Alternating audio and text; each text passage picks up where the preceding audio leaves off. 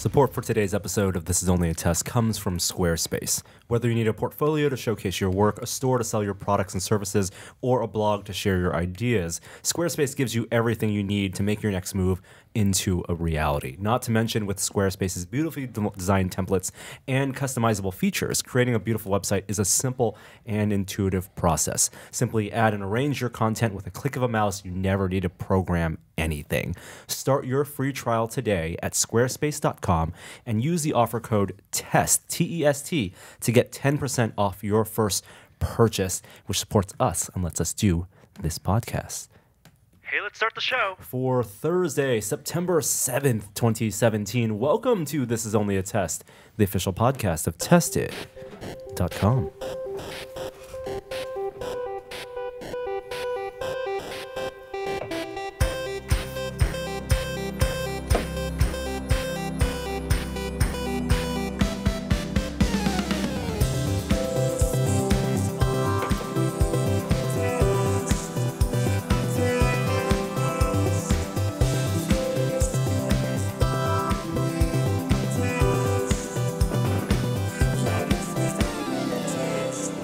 Yeah, this is only a test. Welcome to the podcast this week. I'm Norm, joined by Jeremy. Hello, Norm. And to his left, if you're watching the video, is that Kishore? It is. Whoa.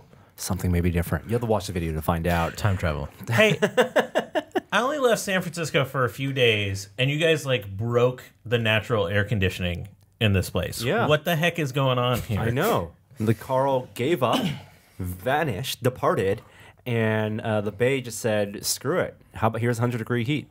Carl is what Bay Area people call the fog. K-A-R-L, yes. He's a good follow on Twitter. Yeah, Carl Drogo. Carl Drogo.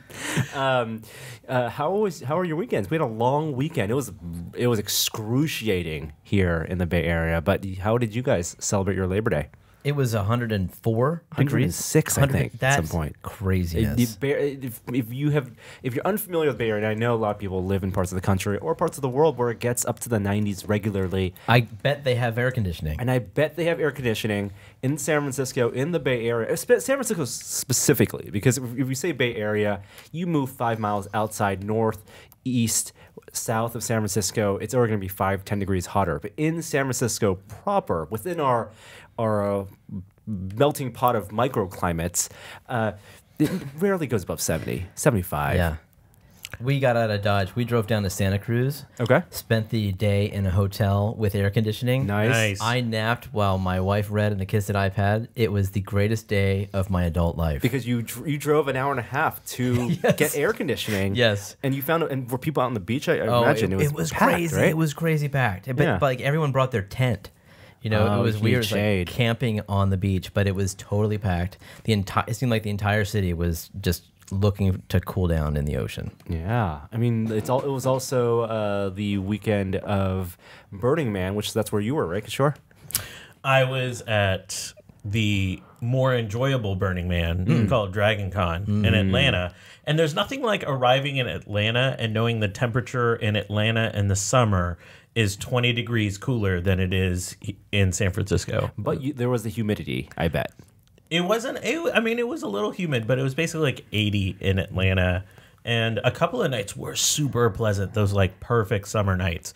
But I want to hear about Dragon Con. Dragon Con's my favorite con of the year. Yeah, you're a convert. You've gone to more Dragon Cons now than I think Adam or I have. This is my third in a row. I was Wow. instantaneously hooked because it has all these fan tracks. And so it's so much less about celebrity and it's much more about diving deep inside of fandom. And there's a really well-developed science track. And these are like incredibly deep dives into science. Like the first panel on the science track was about graphene.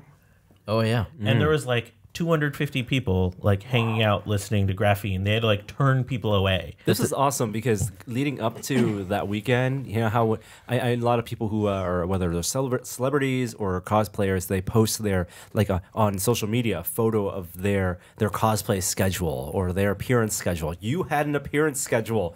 You had a panel schedule that you posted in social media. Flying ashore at these, how many panels? I was on 7 panels and in one show, and then I crashed another podcast. Oh my God. Over the span of 4 days. Yeah, over 3 days, because I basically left Monday morning.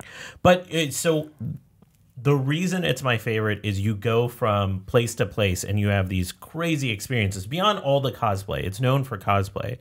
Every year I promise myself I'm going to go to something weird. So last year I went to a panel that I thought was about the TV show Archer, but it was about archery. Okay. And so it was this deep dive into a guy about building bows. This year I went to the costuming track, which is amazing. Yeah. And I went to a thermoplastic workshop, which was really fascinating. And they had like a costuming exhibit of past cosplays from Dragon Con.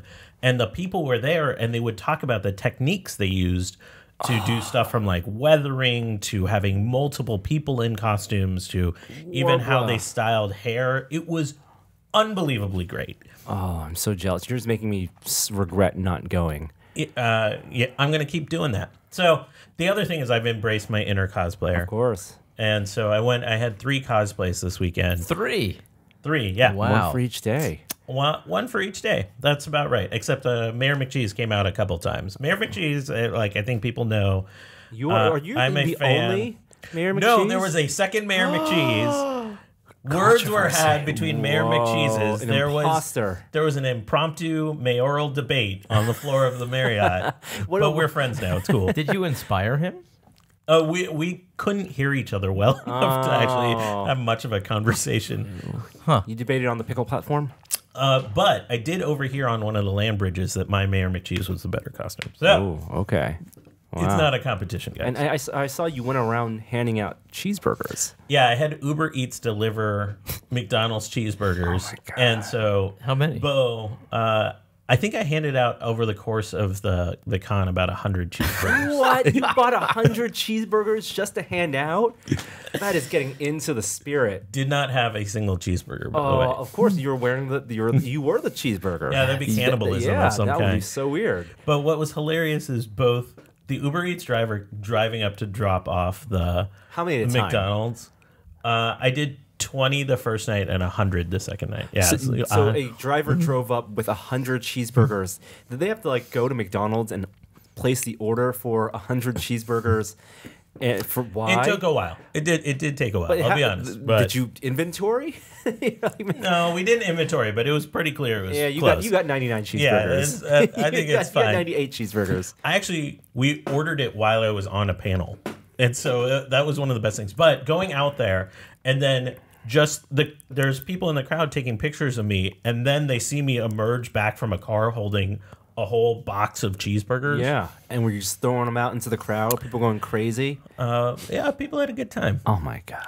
There was definitely some concerns about whether these were real cheeseburgers, but it was Mayor McCheese. It was going to be real. What do you mean? People thought they were prop cheeseburgers, or they questioned the fact that McDonald's makes cheeseburgers these days? There's a video of some guy being like, "You made my night, Mayor McCheese." Oh my! I mean, was it 2 a.m., 3 a.m.? Because that would be perfect. It was 10:30 or something. A late night snack. Did you receive your check from McDonald's yet? No, that's what my wife said. Is basically why aren't they sponsoring you to do this at this point? Unbelievable. But I have to say, so Mayor McCheese is fun. I really get into that character. But I also went as a group of us go as Stonecutters from The Simpsons, and we actually took over the front of my friend's podcast called Night Attack, that's hosted by this guy Justin Young and Brian Brushwood, and we sang the Stonecutters theme at the front of their podcast. And then I went as my mashup Sideshow Barb, which wasn't as successful as I wanted it to be. How do you rate the success? I mean, what's the metric on that? I mean, I guess there's a few things. It was much more uncomfortable than I thought it would be. I thought it would be my most comfortable one because I was just in normal Barb clothing. Yeah.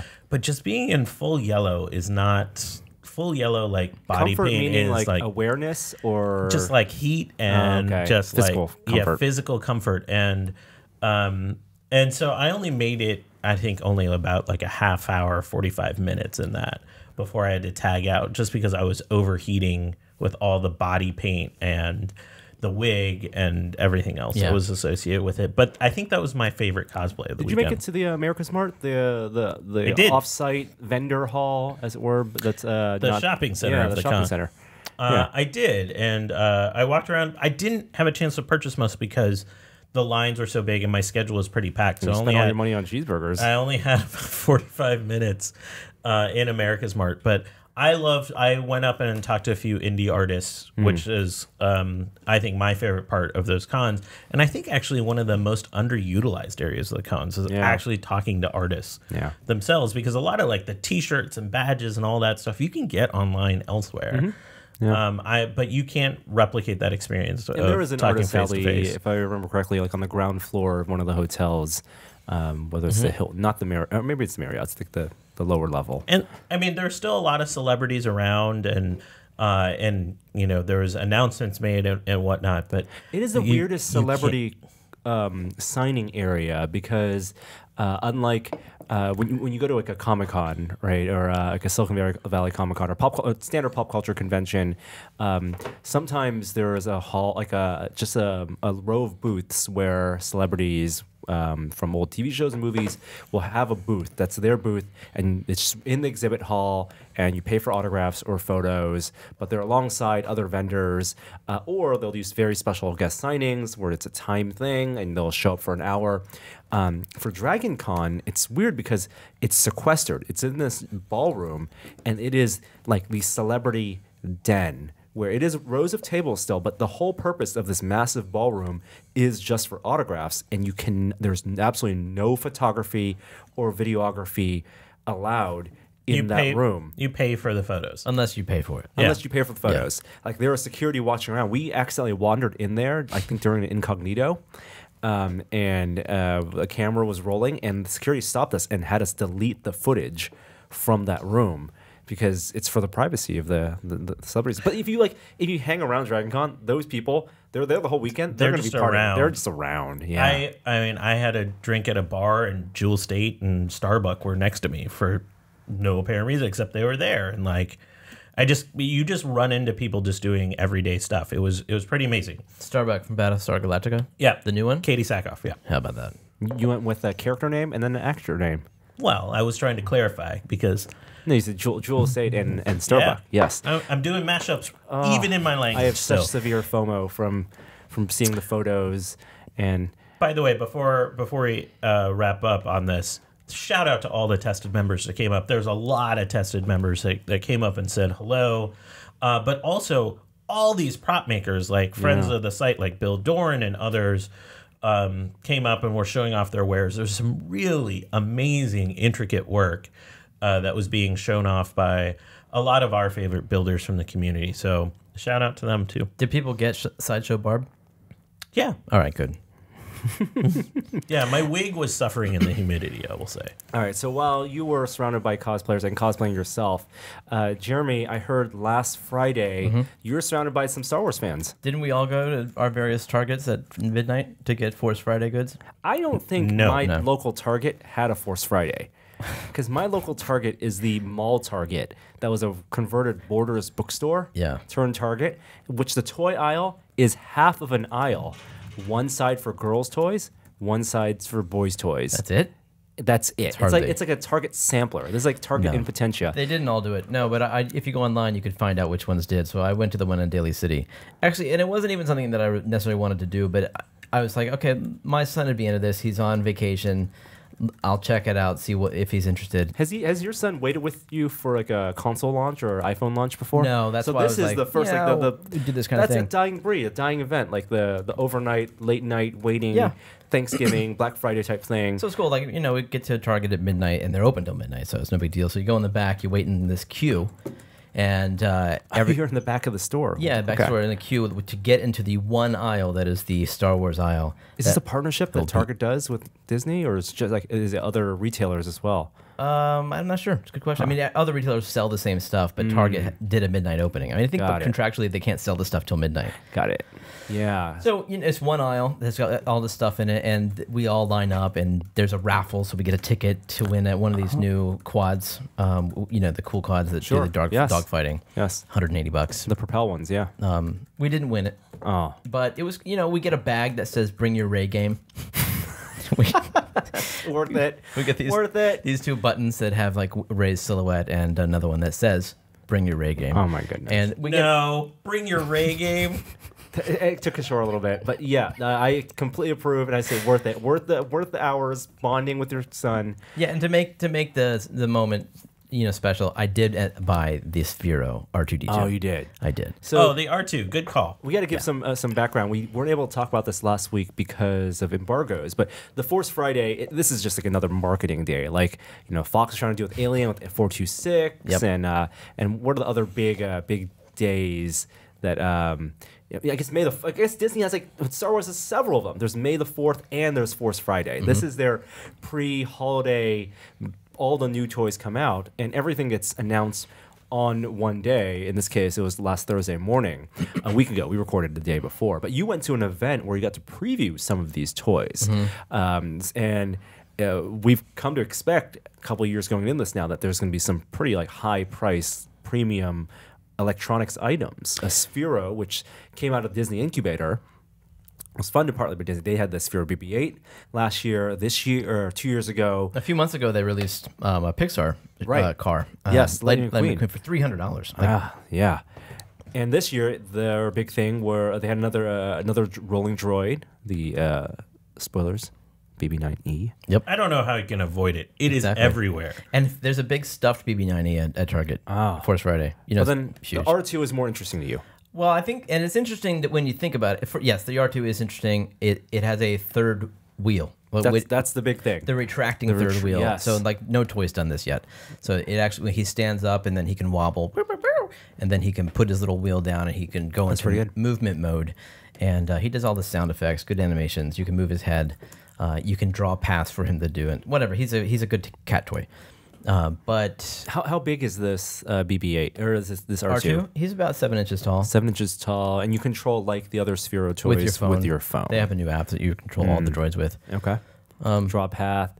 Yeah, I mean it's fine. It's good stuff. It's a good little R2 toy. It's the R2 toy I always wanted. Right.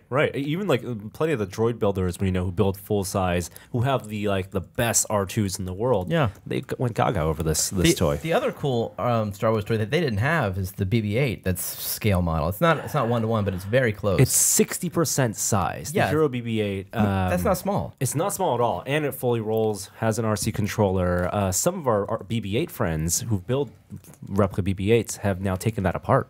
I saw you link to that. Already? Yes, Mike Senna has already taken it apart and shown how it works. This is a guy who's built his own BB-8 droids, multiple ones, and he's very particular about this, and he was highly impressed with the mechanics inside. I mean, for it to be a mass market toy, if you don't have the resources or time to build a full BB-8, this is the closest you're going to get.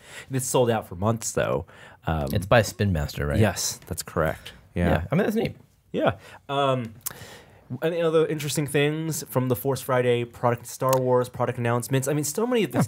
I'm shocked at how much. Yes, there's the new evil version of BB-8, we presume. But just there's toys for some of the new Ewok type characters. There's the Snoke character. So much of the plot's already being revealed. Have some secrecy. There are questions, but this happened with Force Awakens. When you guys went to what is the D23 or no D23 or Star Wars Celebration that year, there were costumes there from the upcoming films, and they've been doing that now ever since Force Awakens, and it just kind of surprises me that there's even fan interest in something they've never seen in the movie yet. Right. It's just now it's just the promise. Now it's just the promise or teasers or glimpses into what the film will include. You know what bugs me even more when it comes to films right now is when you watch a trailer, they do a little trailer for the trailer before the trailer. You know why you know what I mean? That. A 10-second supercut or 5-second supercut of all the best shots in the trailer. Yeah. And then they show the trailer. It's because of the way YouTube works. Because then they can use that trailer as an ad. because the first 5 seconds get running as an ad ahead of other videos. And they hope to before somebody hits skip ad. They want to hook you? Yes, they want to hook you and then let you watch before you click and skip. Yeah. No, thank you. I know. It's just the way it spoils the trailer spoiling experience. Dude, I went to see Close Encounters of the Third Kind. All right, you know what? Let's talk about this. Is this pop culture news?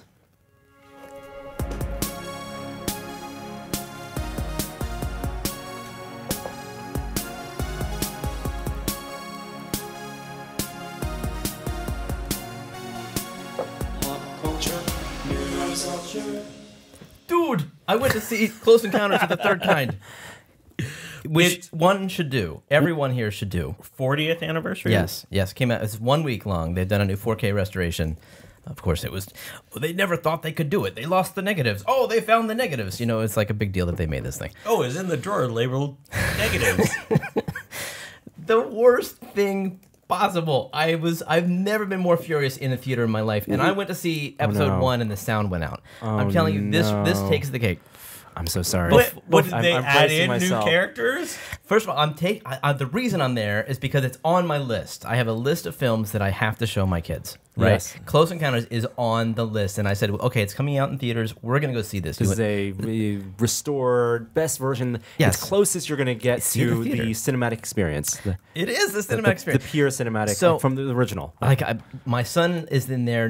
He knows nothing about it except for what I've told him about, like where it fits in, year wise. Yeah. Steven Spielberg post Jaws, and we sit down. We watch all the previews, and then What previews you have? I don't know, like Star Wars, like everything, and then lights go down. The movie's about to start. They freaking show a 10-minute featurette all about the film that shows every single sci-fi shot in the movie. They show the aliens at the end. Wait, a featurette? Yes, like a DVD featurette about making this. Did you like cover your eyes, child? I Close did. your ears. Go get some popcorn. Because I thought it was Use gonna the bathroom. I thought it was gonna be 20 seconds long. Like you're about to watch Close Encounters. Oh, no. But it was 10 minutes, and it shows like every sci-fi shot, every interesting shot in the Why film. would you not save that to the end? For the end. They show dialogue. They show the interesting lines. It's for people who've seen the movie before. They just completely forgot that there might be people who've never seen it before, and it ruined it. I couldn't believe it. I was about to scream at the screen at the projectionist. Did you turn it off. Did you ask for your money back? Because that's the sign of something's really gone wrong. By the end of the film, I had calmed down, but I was livid. I couldn't believe that they were doing this, and I wanted to write Steven Spielberg. I swear to God, I wanted to tweet at him, say, "Mr. Do you Spielberg, know what they're doing do to your you film?" know?" Because he would never approve of this. He would never approve of this. Oh, worse than the sound cutting off. Worse than the picture going out. Before we move on, though, was the new 4K cut? How did it look? It didn't look like a new 4K film, but it looked crisp. It looked really good. It looked good, And the movie's great. I've never seen that movie in the theater.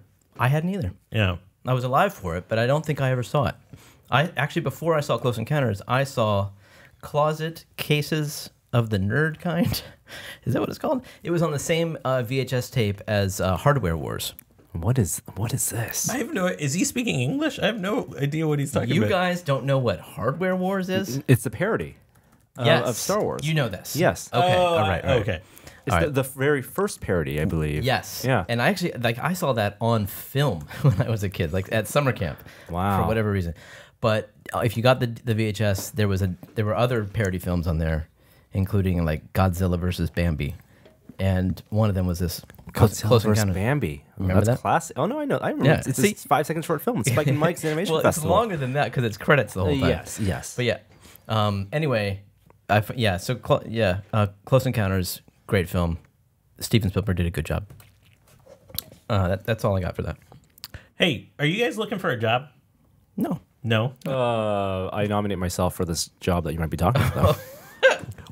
Why would you nominate yourself for the opening of episode 9 director? Because it seems like it's not a very secure position at this point. Yeah, or any Star Wars director. So what we're talking about, of course, is Colin Trevorrow. Yeah, I think that's how you say it. Yeah, who previously directed Jurassic Park. Jurassic World. Yeah. And also I guess his first film was that indie film, Safety Not Guaranteed, a time travel film or mysterious indie time travel film comedy. He was going to direct episode 9, and now he's no longer, and with no replacement, no directorial replacement. So is this the second or third time this has happened in the last couple of years? Second. Well, The Han Solo film. Han Solo, and then I guess that it's happened with like writing staff too. Yes, but not directing. But I guess that's more normal. Right. Do you see like? Well, the idea was that Ryan Johnson who's directing episode 8 coming out, this year. He wrote and directed this film, and he was going to write episode 9 as well, or he already wrote it, and Colin Trevorrow was just brought in to direct it. So it's not very clear where the creative differences lay, or how this all went down, and we may never find out for another 20, 30 years until the retrospectives start coming out. But the film is so far out in advance. I mean, it's still in the pre-production stage. As long as there's a script, they're okay. Now if they're going to get rid of a director, now is the time to do it, not 2 years from now, 6 months before release. Or like what would happen with Ant-Man, where Edgar Wright was already shooting stuff. Yeah, exactly. Yeah. Right. And then who knows where they are, what stage of pre-production, whether they did test shots. But a vision was laid out, I presume, and that may not have been in alignment with what Disney wanted or Lucasfilm wanted. So, are you concerned about this at all? Generally speaking, like they're a little too tight on it. I'm a little relieved.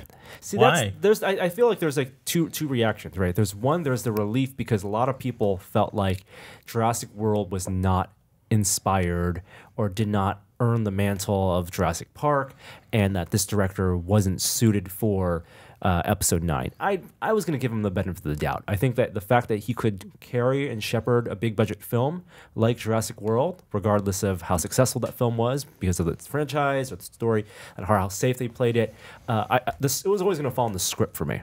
The script for episode 9 was going to make or break that movie, not the directorial choices. The unstoppable force of Hollywood and a big studio like Disney was not going to let that movie fail. Now, who they replaced will give me more. I'll have more opinions once they announce a replacement. So I'm assuming that this is going to feel like a trilogy, that we're not going into like a 4th and 5th film with everything continuing, in which case we're looking for some sort of redemptive arc, some sort of heroic character arc. It's not going to be like a dark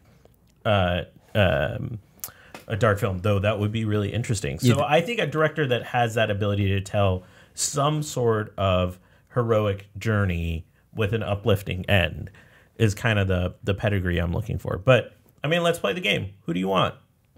You can choose anyone. All right, don't you think Ryan Johnson might be up for the job? I absolutely think so, and I think I would be.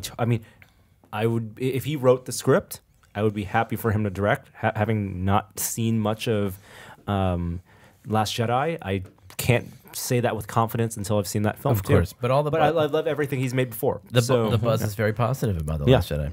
Yeah. I would always be curious about what a Spielberg Star Wars film looks like. Oh, it feels so safe. Yes, but I'm curious. J.J. Abrams was safe. Yeah, but we needed safe after prequels. You needed to be cuddled. So the other thing that's maybe more worrying from the eyes of fans is the fact that Disney can be so quick to throw out a director, or directors in the case of the Han Solo film, even well into production. Directors who have a great pedigree of films and are very capable, because of their creative vision. And in terms of playing it safe, that's, I think, the concern for fans, that Disney doesn't want to take risks with their movies. When the expectation is such that they're going to put over $200 million into making a film, and it needs to make $1 billion or it's not a success, which is an absurdity, because they only get one of these every year, then they have to play it safe to some respect. I wish they'd take a risk. I was having a conversation with Adam Rogers on Twitter last night about this, and he wanted Luc Besson to do it, which... Luc Besson, wow. That would be intense. If you're going to go that direction... would be too much, I think. What else has he directed? Recently, he did Valerian. And Fifth Element. Fifth Element. Okay. But he's also done some pretty bad films, like Lucy. I think he's... If you're going to go that outside the norm, go with a Terry Gilliam. Oh, that would be nuts. That would be nuts. Right? Yeah. So I went with Joe Cornish because he did Attack the Block, and so John Boyega was in that. So you think he probably has? Isn't he signed up doing a big sci-fi film? Oh, he might be, but I just felt like that's a good like heroes being attacked from all sides kind of story. He knows how to tell that kind of story. Didn't Lawrence Kasdan direct Empire? Yeah. Did I get that wrong? No, you're correct. No, I mean, maybe he's not interested, but that would be an interesting choice. Joe Cornish wrote Ant-Man. Oh, The last with Ant-Man. Peyton Reed or something? Yeah. I stand by my Terry Gilliam as my That's oddball crazy. choice. It's never going to happen. But like, Having just watched Trainspotting 2, I would nominate Danny Boyle. I think he would do a great job too. Oh, that'd be interesting. But if you're going to talk about like the pragmatic, quote unquote, safe director who can do the big budget film and play ball, and Brad Bird would be great too. Yes. Oh, that would be interesting. Yeah. What's he done live action? Mission Impossible. Oh, that's right. Oh, yeah. That'd be pretty safe. And he treats heroes great. Yeah. Someone who understands character and can do a big budget. I mean, wouldn't Joss Whedon be the #1 pick? He's already doing other things. No, forget that. I'm just saying, you get whoever you want. I don't think so. I think there's really too don't? much snark. I've never associated Star Wars with his kind of banter. With his type of fast, quick-witted writing. And if he's not writing it, if it's a Rian Johnson script, like, what is a Joss Whedon directorial style? You have a Joss Whedon writing style for sure, but a directorial style? Avengers and Avengers 2 are so different. Yeah. But he has worked well within that system. I think he's not going to do these big films for a while, though, is my speculation, especially given some of the personal stuff going on. In terms of taking risks, I'm okay that episode 7, 8, 9 are safer movies. And I think episode 8, what's coming out this year, I think is going to be probably, because of Rian Johnson, because of his quirky films, I think it's going to be probably the most risky one. But there's a chance here for Disney to take risks with the off-year films. And I'm more bummed out that the Phil Lord and Chris Miller were taken off of Han Solo than I am that Colin Trevorrow, or that they replaced the director for episode 9. Sure. But you could look at it a different way. You could say, hey, we did a successful Star Wars war film with Rogue One. That should push us to take a bigger risk with 8. I don't think that's not how it works. And I know Rogue One was a risk in the sense that they did something that has never happened in a Star Wars film, killed all the main characters. Spoilers? No. Really? No? No. Okay. All right. Though I was on a panel and somebody yelled at me that they hadn't seen Rogue One. We overruled him. I apologize if you have not. It's on Netflix now. But I don't think it was the gritty war film that was originally pitched. No, but It was still safe to some extent. Yeah, I mean, but it still was a risk for the most part. Emotionally, given 7. Yeah. Emotionally, it was the most, hardcore Star Wars film, I think. You know what the Star Wars thing I'm looking forward to most this year? It's not even the film. It's a TV show. It's a web show. It's the Star Wars Science and Star Wars show. That sounds great. Yeah. It sounds really wonderful. I'm really excited to really just see the credits and see who's involved behind the scenes. So, Kishore, you've been working on this new Science and Star Wars show for Star Wars. Yeah, it's part of it's the team behind the Star Wars show, which is their weekly YouTube show, Emmy nominated. And Is it really? Yeah, it is. Oh, congratulations it's to them. for an Emmy. I didn't do any work on it. No, I said to them, not Yeah. to you. To the people who work on the show. Yeah, I mean, it is a pretty big honor, and they got an opportunity to explore sort of the real world science as it relates to key elements of the Star Wars universe. This is an internal group inside Lucasfilm. Mm-hmm. Yeah. And so everything from like blasters and lightsabers, like you would expect, to stuff that's a little more esoteric, like Bacta tank for healing, even like hover vehicles. And so the trailer for the show is out. You can actually watch it, Jeremy. I've seen it. Oh, you've seen it. I've seen the trailer. There is a lot of funky builds that we had to do for this project that I'm really, really, really proud of.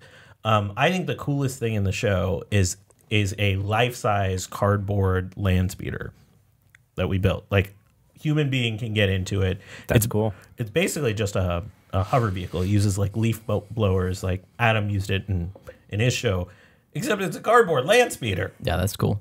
And it hovers.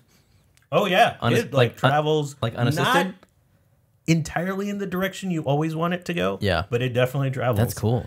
I think that was my favorite build. But we also we built a blaster that had a 2-watt laser in it. That was fun. A thermic lance that was a equivalent of a lightsaber. A lot of fun builds. It's hosted by Anthony Carboni, who used to be on D News on Discovery Digital and Rev 3, and now it's one of the hosts of the Star Wars show. So that's coming out in a couple weeks. It starts rolling out. And then is it weekly episodes? It's weekly. We did 10 episodes. And it was head written by Mike Drucker, who was the head writer on Bill Nye Saves the World and used to be at IGN. Very Great guy. cool. A couple more TV-related news bits for pop culture.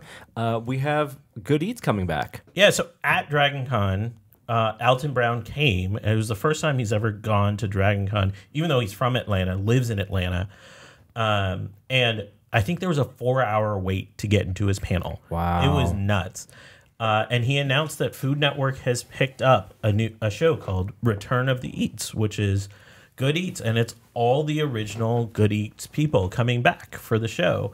And he said there's going to be special web elements that live on the website too, extra features. So like Lucky Yates, who did a lot of the puppeting, he's Dr. Krieger on Archer, if we don't know. W, who is his like equipment specialist. A lot of the actors will be there. But more importantly, the writing staff, that creative vision is all back. That was one of my favorite shows ever. Both from a science standpoint, a cooking standpoint, just an entertainment standpoint. Alton Brown, second to none. People went nuts when they heard the announcement. I think he was in the largest ballroom at DragonCon, and there was just a roar that you could hear buildings over. Interesting crossover. And this one's a UK bit of news, but I didn't know about this. Apparently, this came out like a couple months ago. There is a UK upcoming show. I don't think it has US distribution yet, called Lego Masters. And apparently it will be a Lego building show, competition show in the vein of the Great British Bake Off or Great British Baking Show if you watch it on Netflix in the US. I'm super excited for this. Why didn't I know about this? You don't live in the UK? Yes, probably. But it's I think a 6-episode miniseries, and it's going to bring competitors with theme builds every week. But competitors of all ages, from kids to AFOLs, making themed sculptures out of Lego. Wait, what? Wait, it's from the same production company as the in the same show? vein. Same vein. Okay. Yeah, I think that's the thing that's exciting to me, because I love the Great British Bake Off because of the tone of the show and how how non-cynical, and even though they're competitive and the talent's definitely there, it's less about the drama and more about what they're baking. In this case, hopefully what they're building for the Lego Masters. What's the drama in building? Like with baking, like all these things can go wrong. You're putting stuff in black boxes and you don't know exactly what's going to come out. There's plenty of drama with building Lego. If you start a sculpture and you're off by a brick, you have to disassemble. If you're missing bricks, if you have shared pools, I don't know how the challenges are going to be done. Like you have this set number of bricks and you got to build, but there could be plenty of building drama. The problem is the drama you just described sounds like it's from a Christopher Guest film. It's real. It's totally real. Yeah, I wonder, is it competitive? It must be. I think we're going to see a lot of talent. Like Must be. All right. Competitive Lego building. Maybe. How did you miss the casting call, Norm? That's the only question. That's what I'm saying. How did I miss this? I'm just an amateur builder, but I'm enthusiastic, and I hopefully just make it past the first episode. Yeah. Did you guys hear? Did you ever have a Rubik's Cube when you were a kid? Yeah, I believe it. I still have it. Was it like from the back in the day when they came out? Because you remember this. Mm-hmm. It was a big deal. This was a cool toy. I did not know this, but there are speed cubers. Totally. Yeah. Oh, yeah. You guys knew this already. They lubricate their cubes for fast spinning. They totally do. Well, the world record for cube solving has been broken. Yes. And what is the record? It was kind of a surprise. They weren't setting out to break a record. It just happened. But somebody solved a 3x3x3. Of course. Yes. You got it. That's important. The classic cube. Classic. In 4.69 seconds, which broke the original record by just a small fraction, like I don't know, like a 2/2 of a second. I mean, we're talking. So you got to set this up. How is it randomized? That I went down the rabbit hole because I just found this interesting because I did not know that there were speed cubers out there, like unlike you guys. Yep. And so when this Reddit thread came up, I just kept reading it, and so there are competitions for doing this, and the way that they set it up is that first of all you bring your own cube. Yeah, of course, because people deconstruct their cubes to grease the axes. Well, yeah, but this is not an original Rubik's Cube that has been greased. This is a third-party bought cube by like a master Rubik's Cube maker. Okay. Called the Volk M. Ooh, This one that won. Yes. He uses a Volk M that has been boron lubricated. Yes. So what that means, I looked into this a little bit. The Volk M actually has magnets in every cube so that they'll sort of grip into place and fly away. But just a little. It has to be the right amount of force because you want to exactly. And you tune to it. It's like driving a car. And you watch these people in the background of this winning video. Everyone's solving cubes just fast. 5 seconds. What a slow poke. In the back of their mind, like they're talking while solving Rubik's cubes. Just for fun. It's pattern recognition. Mm-hmm. Yes, exactly. So they're like reviewing what they call algorithms, but I'm getting ahead of myself. Okay. So what they do is everyone gives their cube that they've brought to the competition to the people who scramble, and everybody gets the same scramble, and the scrambles are dictated by a computer. And they have to take at least around 15 to 20 moves in order to solve. Wait. Mm-hmm. So the scrambles, the event organizers have to. The computer gives them a layout for the position because the way the Rubik's Cube here's the. I mean, mathematically, it just makes sense. Every layout can only be arranged in one way. Every layout. Every scramble. Right. There's only one way to get to that arrangement. Right. And it's not like. When you have that, because how many actual faces are there? 6 times 9. It's 54 individual colors, right? Like the corner of a yellow, red, and green. That corner will always be like there's only one of those corners. Yes, I guess you're right. Yeah, so the organizers have to scramble them all uniformly and get them all on a level playing field first, right, and then hit go. So everyone then receives their cube. They then lift the box so they see it. They're then allowed to examine it. Okay. So they pick the cube up and they're allowed to look on all sides. Yep. They have maybe 5 seconds to do this. That's for an Android. That's an eternity. Then they put it down and they put their hands on one of these score pads. So it's a timer. Yeah. And in order to have a world ranking, you have to use one of 3 official timers. So they've got them there. One of the 3 official. Then when they lift, one of 3 models, or one of 3 models. Okay, 3 models. 3 in the world. And then when they lift their hands off, the timer begins, and they grab the cube, and they solve it. And then they as soon as their hands touch the timer again, they'll throw the cube down in a move to get their hands back to the timer. That's what stops the timer. And he did it in under 5 seconds. And what's fascinating is that they solved the first 2 layers. If you think of a Rubik's Cube in terms of like layers, like there's 3 layers of cubes. I actually think they solve from a corner outward. Okay. You solve you think of a cube, you solve a 2x2. Yeah. And then you solve a 2x3. It's a 2x2x2. Then you solve the 2x3x2. Right. Then you solve the 2x3x3. Okay. And then you go down to the last layer. So the pros they have to do this in real time. They'll solve the first 2 layers simultaneously. And this is only what the pros do. Like the novices do 1 layer at a time. But the pros do 2 simultaneously. Then they have to examine the cube and decide which of maybe like 7 common algorithms, which these are what they call algorithms, but really moves. They're just memorized series of moves. Yes. Which algorithm is correct to solve the whole cube? Because what the algorithms will do is they will let you swap. So if you've solved like the first 2 layers, it's tough to get because there's only that means your last 9 pieces on your bottom layer. Yeah. Each of those 9 pieces have to find their way. But swapping those, you want to move those around without affecting the first 2 layers. So the algorithms are about how you move from one corner to the other corner, or one corner adjacent to adjacent square. But you do it in a way that you memorize it. So after you finish that move, the top 2 layers remain exactly the same. Yeah. Yeah. So what's cool is that when he examined it, he decided how he's going to solve the first two layers. Because it's not pattern recognition in terms of like they know every single possible. No, exactly. That would be impossible. No, there's quintillions of possibilities. Yeah. No, so he solved the first two, and then he had to, in those 4.6 seconds, he had to then, after solving the first two, decide which algorithm to use to solve the remaining layer. And he did it, and then he just bam, bam, bam, bam, bam. Like, you watch it, you have to watch it in slow motion to even see his movements. Do they film it in slow motion?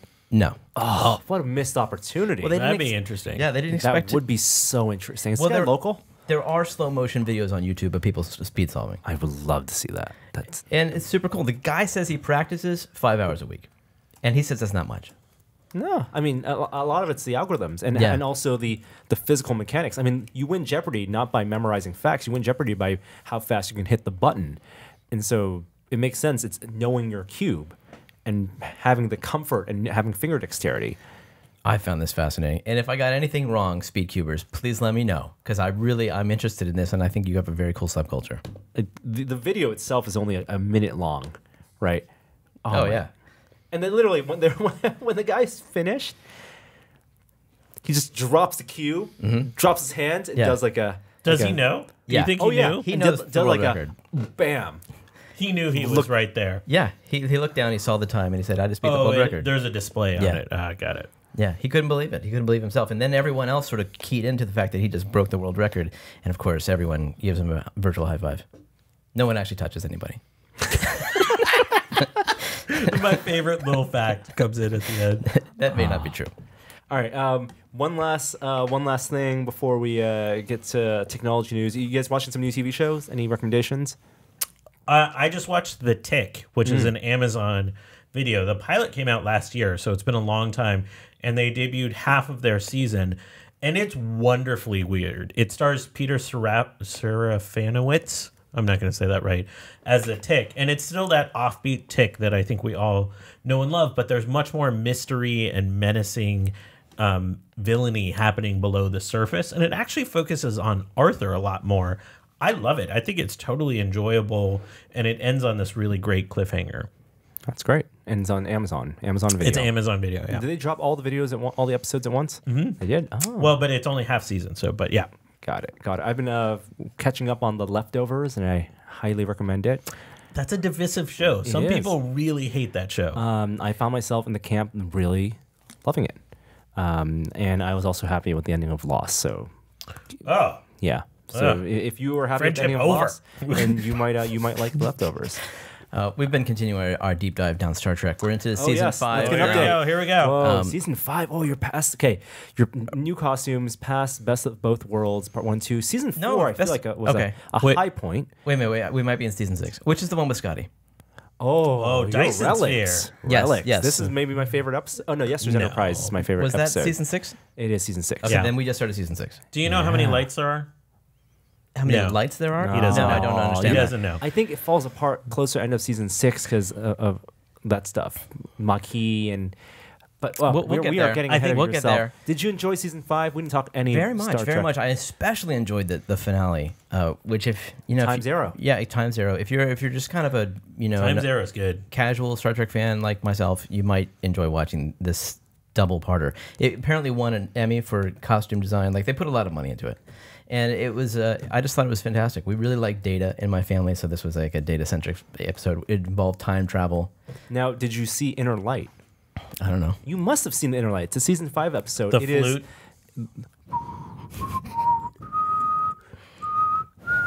Oh, shit. I can't believe he... Occasionally, my son and my wife watch them together without me. So this That actually... is rings no bells. That's a top 5 it TNG is- episode. It Wow. is season 5, episode 25. So it's the second to last episode of season 5. You must have watched it recently. Flute. It is the Picard episode. He gets shot by a probe. The probe abducts him.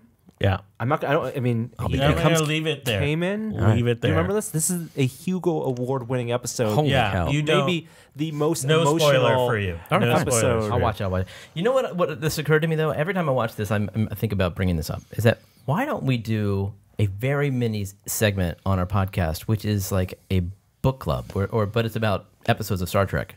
where every week we watch the same episode. A book club except about TV shows? And then you mean a watch club? You talk about it, and everybody out there watches the same episode, and then we just talk I'm happy to do talk that. about it the next week. Are you going to go from TNG to DS9? I've never watched DS9. Maybe before. DS9 might be the one. Yeah. You're in the middle? No, I'm into you're it. Into the idea? DS9 was my favorite. DS9 was my favorite too, and it has so much left over from next gen. Yeah. Now DS9 is interesting because DS9 starts mid next gen. Yeah. So it's they ran concurrently? I did not know And that. DS9 and Voyager also ran concurrently. So it is the bridge between the big 90s era Star Trek shows. So what season of Next Gen did DS9 begin at? I believe season 6. Season 6. Okay. Yeah. Wolf 359. Important moment in my Captain God, Sisko's yeah. life. Well, it's something to think about. I know we got a lot in the show as it is. Oh, something to think about. I would be happy to do it. Let's hear it from you guys out there. And you don't get to choose a show. Yeah. We're saying it's going to be DS9. You take it or leave it. DS9 or no DS9. Yeah, I'd be happy.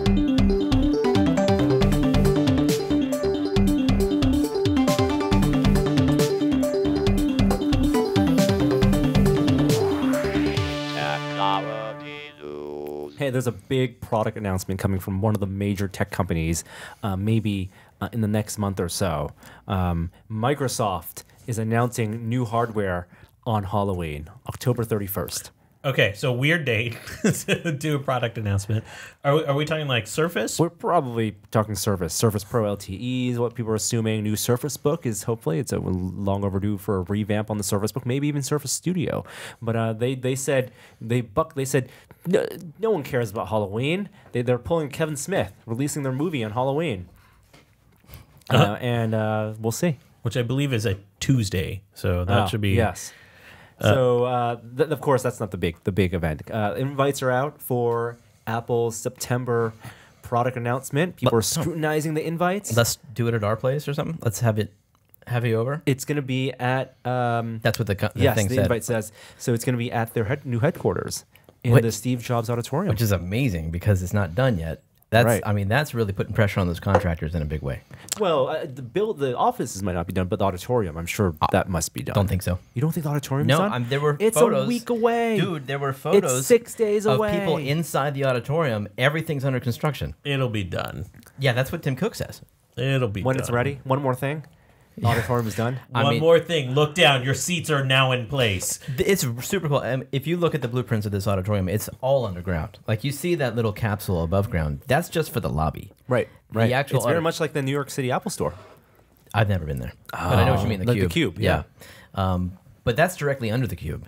This is like you go down into the lobby and then you walk underground through Oh, interesting. I didn't know that. hallways, and then you get into this amphitheater where there's a loading bay. There must be a huge elevator to the outdoors. Enough about the What are room. we expecting Enough here? about the We're, Let's expect- talk we're, about what we're it is. expecting a new iPhone. We're expecting maybe more than one iPhone. We're expecting a high-end iPhone 8 maybe is what we assume it's going to be called. Yep. Skipping, will there be a 7S? That's what people think. There'll be no 7S. No, people think they'll be both. There'll be a 7S and an 8. Yeah. Wow.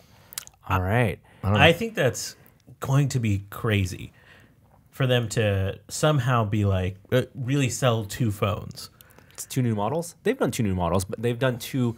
So With the 7, that was kind of like that because the 7 Plus was pretty different. well, they've done the 5S And the 5C. and the 5C. Right, they've done, but those are the same different. phone. Those are sideways. Yeah. These are talking about 2 on the high end. yeah. Yeah. So most people will they be satisfied? Like they have to make the 7S good enough so that people with the 6 or the 5 will want to buy it because the expectation is the 8 or whatever they're calling it is going to be over $1,000 or $1,000. I think it'll be over $1,000. Right, over 1,000 plus tax if you want. Do? 1099. 32 gigabytes of storage. Oh, There's also the anticipation that they'll probably be updating the Apple TV, give it some 4K support, maybe some 4K HDR support. That doesn't interest me unless they change the remote. Yep. And hopefully some software upgrades. There also may be an Apple Watch, a new Apple Watch. There's a big story about Apple's new 10,000 person testing facility for biometrics, and so that in Men's Health, I think that was. So that may be leading up to a big watch push because we're due for some big design change in the watch. And are the- we get the speakers? Those- and HomePod. HomePod, yeah. and HomePod as well. It's going to be a packed event. Yeah, the thinking is maybe the watch will have cell phone connectivity. That makes Wow. sense. Yeah. That tracks with what I would expect. The HomePod is actually what I'm kind of interested in. Why? Because Really? it's a totally, it's not that I want it, it's a new category for them. And I think that's where I mean, honestly, like nothing here is really that surprising in these events. So I want to see what they say about a whole new category and why they think that category exists. They've announced it already. They've shown it already. It's more Yeah. about what getting it into the people, into hands of people. But It's not a new category to you though. Like it might No. be to them, and Yeah. it all relies on how they can improve Siri. But I mean, what are they going to say about the phone that is going to blow me away? No bezel, better camera. I mean, Well, I think they're going to push for ARKit. I think functionality-wise, they're going that to would be really, interesting. really make this a phone. The computer vision, the dual cameras in the back.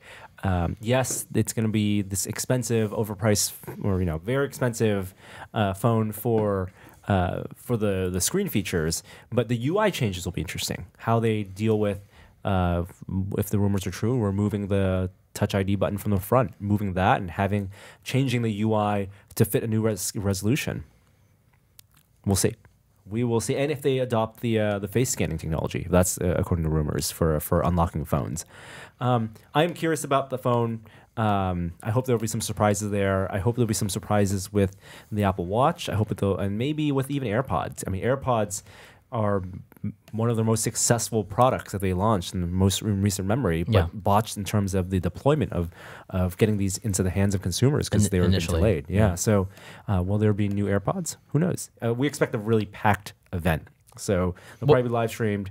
I just recommended the AirPods to my wife. What would you improve about the AirPods? Battery life. Oh, is for that sure. right? Yeah, Okay. battery life.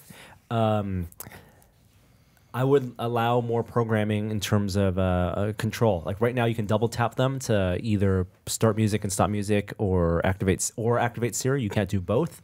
And I would love because there is a capacitive sensor in there for you to be able to change volume as well on the AirPods themselves. I wonder if they'll come out with like a sport edition, because that's like Ergonomic fit. something that would be a different fit for when you're active, because that seems to be what they're selling watches on. So It's done. I think in terms of the cultural shift, AirPods have done more for wireless headphones than any other wireless. And Jaybird's been making them forever, but more people are wearing wireless headphones because of the It Just Works pairing and the activation of the AirPods. And now all they can improve is battery life, ergonomics. So they still look funky, but they're changing the mindset. It's okay to have this thing in your ear now, whereas 15 years ago, it was like Bluetooth headsets were a thing, but they were kind of dorky looking, and they never really caught on. They were this thing that you saw police officers and CIA agents wear on TV shows, the jawbones, right? So, yeah. Speaking of the Apple Watch, you guys hear the story about spying with an Apple Watch in professional sports in baseball? How so? Spying. So, apparently, the Boston Red Sox have been caught spying against other teams' pitches by sending messages over an Apple Watch. wait a minute. So like somebody from the dugout is drawing something on their watch and it's going out to somebody on base? I don't know. They're stealing signals, and I don't know how they're using the watch, but apparently the training staff were caught glancing at the watch and using it to relay some messages. So it's using it purely as a messaging system. Now, drawing would make a lot of sense. Like, if you're just like casual finger on the watch and you're fastball. like, exactly, right? And you don't have to whisper anything, and you just double tap or send a heartbeat or something. But Why would a professional sports league allow their players to wear a watch? Wait, so the players on the field are receiving messages? no, someone in the dugout Was a receiving trainer. or sending? Sending To whom? to other trainers. To other trainers on the field. Yes, and they were then signaling batters In real time. That's About it. the pitches that were taking So place. the catcher signals. Yeah. Pitcher sees it. Batter never sees the signal. Yeah. Sees the head nod and head shakes. But if they're going through signals, it has to be fast enough that the spying Yeah. team in the dugout relays the signal to someone then on the other side, and then the batting coach or something, and the batting coach then relays to the batter, adjust for this type of pitch. That's impossible. There's not enough time there. I mean, certainly not for the built-in Apple messaging stuff. That takes way too long. I don't know. Have you Siri, watched baseball thinking, lately? Thinking about this. Baseball takes forever. Because the pitcher nods, within seconds he's throwing the ball. So I could imagine maybe there's some custom stuff they've done with that. So what probably was happening was maybe, as opposed to being a real-time pass system, they were recording the signals. Oh, so they could know what so to at the next see. Yeah. But then how still has that effect? So then you draw on the watch. It's still not enough time. Not enough time. No, but not for that in that moment. Yeah. But they're stealing signals for future planning. Mm-hmm. Which I guess anyone with like a pad and paper could be doing, right? I don't know. So this is just they've been accused of it? They've been there was an MLB inquiry. Investigators for Major League Baseball have determined it. Oh wow! I'm not sure what the repercussions are going to be. If you're not cheating, you're not trying. That's baseball motto number one. In pinball, it's if you're not tilting, you're not trying. Oh, No. wow! Look at that. Playing on tilt. Look at that. Yeah. Well, Indexing the real world. Oh, so have you guys have seen Google Street View cars? Yeah, I think I passed right? one. I passed one yesterday. They're very noticeable. They say Street View on the side. They're finally getting an upgrade. You know when's the last time Street View cars got an upgrade? Don't they get upgraded all the time? When the last time the cars that have been updated. They're not 8-year-old cars. No, I know. 8 years. It's been 8 years since the camera system got an upgrade. What? Yeah. So what can they do now? Well, they have fewer cameras because they're better cameras, the array of cameras. But the fewer cameras actually give you better image quality. So there less stitching. Is that what you mean? Less stitching with less fewer stitching, cameras? Yeah. but also better contrast. My computer is just turning off for some reason. Better resolution, too? Better resolution. In addition to the new 360 camera, they also have two, they're calling them HD cameras that look out at either side. Now, these HD cameras aren't for the composite Street View. They're just for reading signs and reading buildings. It's gathering information about the world. Self-driving cars. And there are 2 LiDAR detectors. That's just smart. So yes, no, absolutely. Is there not some sort of laser geometry scanning technology? No, it's just the LiDAR. The LiDAR now, Ron from Ars Technica wrote a story about this, and his analysis of because there are photos of these new cars. I think Wired had images of them. The LiDAR arrangement isn't the same arrangement as you would find on a self-driving car. Self-driving car, the LiDAR, because there's a certain field of view for the emitters, are great for, you want front and back, right? Cars in front of you, car in back of you. The LiDAR arrangement here is more for the sides. It's, I think, what the speculation is to measure building sizes. It's a mapping of the world. Okay. So it's not to help these Street View cars be self-driving, but it's to help Google build, in addition to the visual map of the world that consumers have access to in Street View, but also the semantic map of the world with the HD cameras and then all that computer vision and all the OCR technology that they already use. Like it's automated how they block out street numbers, building numbers, people's faces, as well as license plate numbers. But now they are taking all the information, reading all the street signs in HD, reading all the building signs in HD, putting that in their knowledge graph about where these businesses are, so that if you type something in Street View, you can immediately see the storefront, but also getting physical information about these buildings as well with the LiDAR pointed directly at them. It seems like they're focused on self-driving stuff, but I would very much like to see the world rendered in better 3D just to explore in VR as I would explore Street View. Yeah, Street View, it's not very great. You know, even like Google Earth, as close as you... Very limited geometry in Street View. You know, it's like they know that there's a wall there, but they don't know what the shape of the building is. And the movement in Street View is really off-putting. Yeah, because it's not smooth. Yeah. Yeah, it sort of blurs from one node to the next. My computer is still turning off. That's right. So Facebook finally launched Watch, which is that new tab. It's sort of like the hub within Facebook for their original content and for some media partnerships. So I actually tried it out last night. I watched Mike Rowe has a show on there that's sort of like this surprising people in the community doing good work as tradespeople and like upgrading their tools and all that kind of stuff. He's the dirty jobs guy? Yeah, he's a dirty jobs guy. And I thought the platform was okay. Like, what I thought was neat is it integrated some Facebook commenting with time codes like they do with Live, which is a feature that really doesn't exist on YouTube and certainly not Netflix or any other similar platform. I thought that was a nice little feature, but there just isn't much there. I mean, in terms of original content yet. So I think that's really their challenge, is building up enough content to make it a destination place. The numbers in terms of like how many people have watched stuff is outrageous already. And I know there's a lot of distrust about these Facebook numbers to begin with, but the micro episode I watched already had like 2 million views on it. Yeah. And it had been released like the day 2 before. million people watched at least the first 3 seconds. Yeah, that's, I think, what's going on, especially when it autoplays on scroll. Yeah. But as I think it has power as a potential platform for launching content. And you do think that comment system is interesting, but there's got to be more there for this to really go.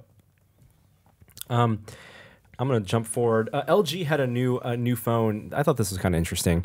Their new phone, the V30, was just released, and there have been some photos released. People obviously speculate about the specs of the phone. They did something interesting with the sample photos that they issued of the camera.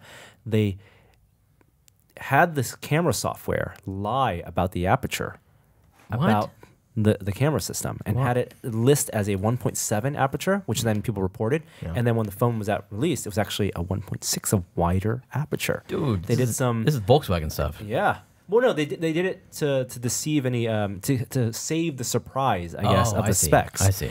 So that leaks, any internal photos sharing would not reveal. Oh, they the actual. underpromised. Yes. Oh, cool. And over delivered. Yeah. Yeah. I thought it was pretty neat.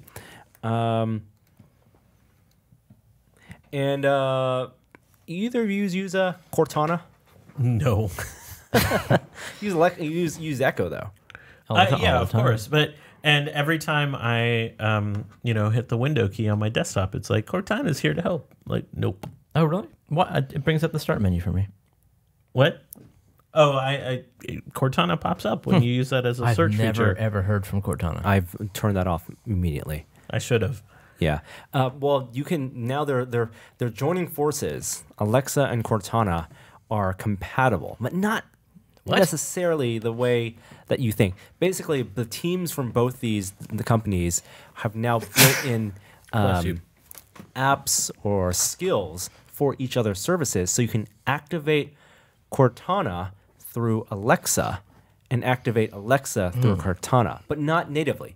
You have to say like activate Cortana and then do the Cortana thing. Why would you do this? Like, what's the use case for this? Why would Amazon do this? Yeah. Because they want to fight Siri. You think that's it? Yeah. Huh. I mean, they can't stop Microsoft from building a skill for it. Well, I mean, I don't know.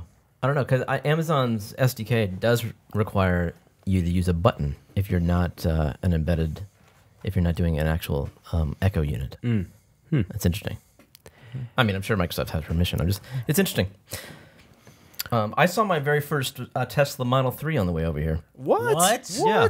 Holy smokes. Yeah. I better lead. It was gray, and it's had no front license plate. And Did it have my name on it? It was pulling out, and it pulled in right behind me.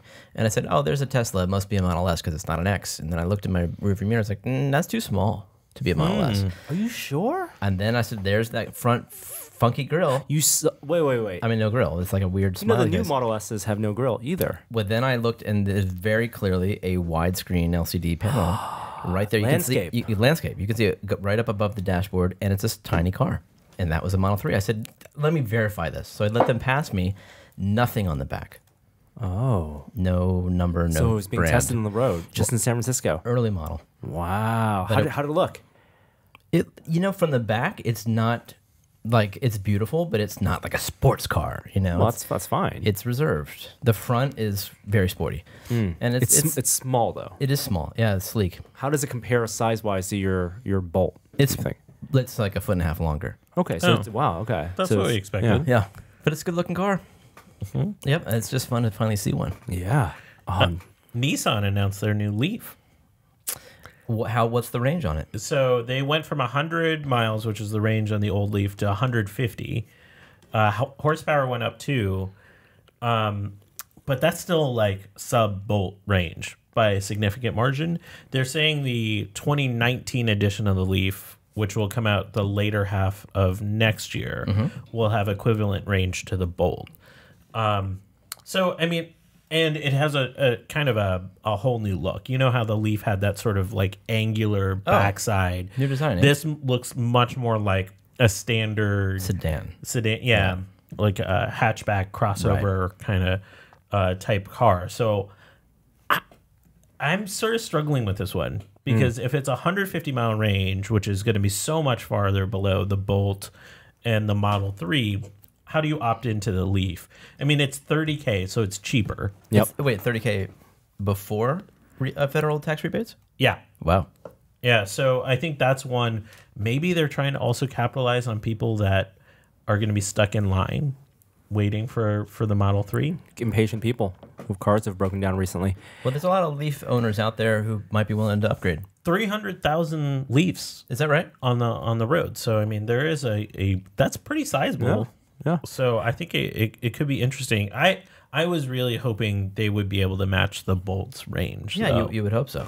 So I was going to save this for what we've been testing, but how was your drive to Santa Cruz on your Bolt? Was this the longest trip you've done with the car? No, I've been up to Napa before, but it's yeah, comparable. I mean, yeah, and it should have like door to door. I was fine, but I charged up in San Jose just to be safe. Yeah, totally fine.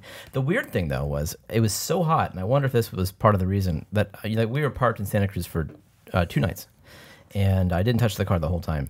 When we got in the next day, the range had gone up dramatically. Gone up? Yeah, and there's actually a report. I don't know if you flagged this at me, Kishore, but people notified me on Twitter that the very earliest Bolts are susceptible to a battery range that is up to 100 miles more than it should be. Wait, what? Whoa. How does that work? Like, they just more photons in there? The battery's reporting the wrong charge. It's reporting 100 miles more. So it's misreporting. Up to. And so I started to wonder, like, I know that it's not, like, wasting energy. So I knew how much I should have. Right. And it wasn't what it told me I should have. So I'm wondering now. Oh, boy. As the person who drove the first Bolt off the the floor at my dealership, if I have one of these problems. And I've written them and I have not heard back. But so there's that concern. Yes. That seems like because if it tells you have 100 miles left and you have 0, then that's that bad. seems like That's no good. That's no good. seems like that would be an easy software fix, though. Yeah, I don't know. The report I read said that they may have to replace the battery. Oh, But Wow. they got to fix it. In any case, I don't know if I have this problem or not, but some people have.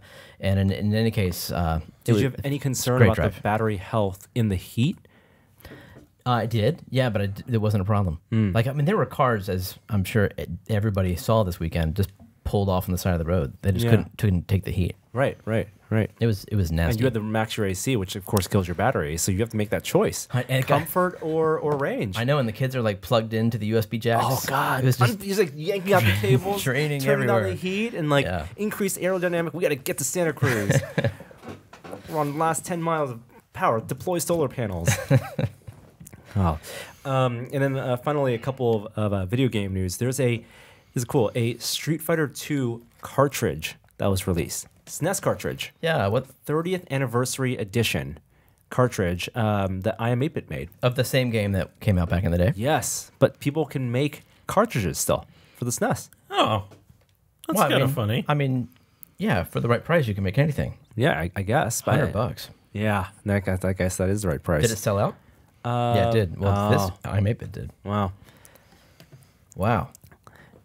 And then everyone's talking about Destiny 2. Have you guys been playing Destiny 2? Oh, Any I didn't interest? even know it was out. Yeah, it officially came out this weekend. I saw Will's ad on TV. Oh yeah, congrats, Will. For Yeah. those that don't know, Will did an ad for GameStop. That was an ad for Destiny 2 that featured Fu characters commenting at like inside of Destiny. Yeah. As people were playing. It was great. Are you guys going to play it? I don't know. Like it's somewhere like down my list because list. I've been playing Quake Champions, Oh, no Oh kidding. wow. and my wrist is hurting. Like, I have a new monitor set up, and I'll talk about it when we've been testing, and I'm like, Quake is 20 years ago, 20-year-old game now, almost, Quake 3. I was like 20 years ago, I had no idea I'd be playing on this giant, awesome 4K monitor setup. And then like, oh wow, I suck at this game, and my wrist hurts, and I cannot compete. And I. But that was always the case online, for me anyway. I mean, not when Quake came out, I did okay. Quake 3 was my game, and I could do well. But did you play that online? Yeah, I did okay. I didn't play the orange mod or anything like, I didn't competitive Quake 3, but I could get up there. For me, the online community has always been a level above me, in most cases. So, but playing against my friends, I always felt highly competitive, or dominant even. Or dominant. I remember playing against Jeremy some Quake 3. Thanks to the matches, Norm. At PC Gamer, I had a cigar box filled with money, and if you wanted to play me, you could. You got to give me $1. If you won, you'd take the cigar box. No one ever took the cigar box. Jeez. I had no idea you were this cutthroat. Yeah, I was a good Quake 3 player. However, like Quake Champions online, I don't know what I'm doing. It's horrible. But I did play a little bit of Overwatch and getting back into that. Now that they added deathmatch, a deathmatch last week. How long's Overwatch been out? Like a year and a half? Well, they finally added the most classic online mode of all, deathmatch, which is great because you don't have to worry about your teammates at all. Awesome. Before we move on to our next segment, I want to thank the sponsor again of the Sinolian Test this week, and that is Squarespace. Whatever your next big idea might be, count on Squarespace to help you create an eye-catching online platform that brings it to life. Whether you need a portfolio to showcase your work, a store to sell your products and services, or a blog to share your ideas, Squarespace gives you everything you need to look like an expert right from the start. You can get a unique domain which strengthens your brand and makes it easier for visitors to find you. Plus, with Squarespace's award-winning templates, creating a beautiful website is a simple and intuitive process. You can add and arrange your content with just a click of a mouse. There's nothing to install, patch, or upgrade ever. And if you do have a question, Squarespace's award-winning 24/7 customer support can help you with any problem, no matter how technical or trivial seeming. Think of them as your very own IT department. Now, make your next move and start your free trial at squarespace.com today. And when you do, please use the offer code TEST, T-E-S-T, to get 10% off your first purchase. Again, that's TEST, which gets you 10% off and supports us on this podcast.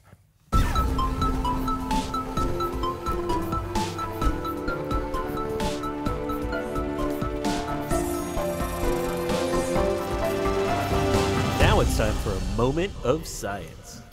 So last week we talked about the terrible flooding that Hurricane Harvey brought to Houston, and there's been flooding events around the world, including some monsoon happenings in India and Nepal that have been catastrophic.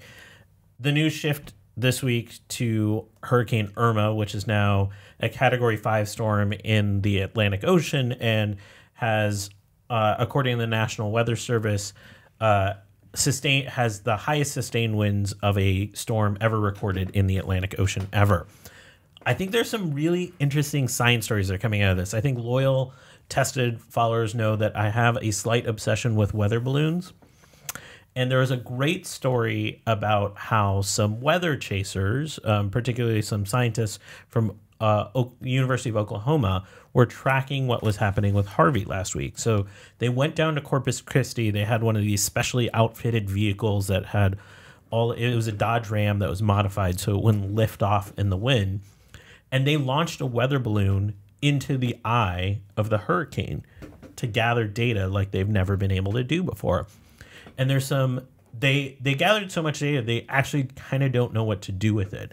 But it's this amazing video of them trying to launch a weather balloon in a Category 4 hurricane. They're like up against all the winds. Wow. They're under the hurricane. They're in the hurricane. Holy cow. Because they're trying to launch it into the eye. There's a great video of a NOAA flight where they flew into the eye of Irma yesterday, which was pretty phenomenal.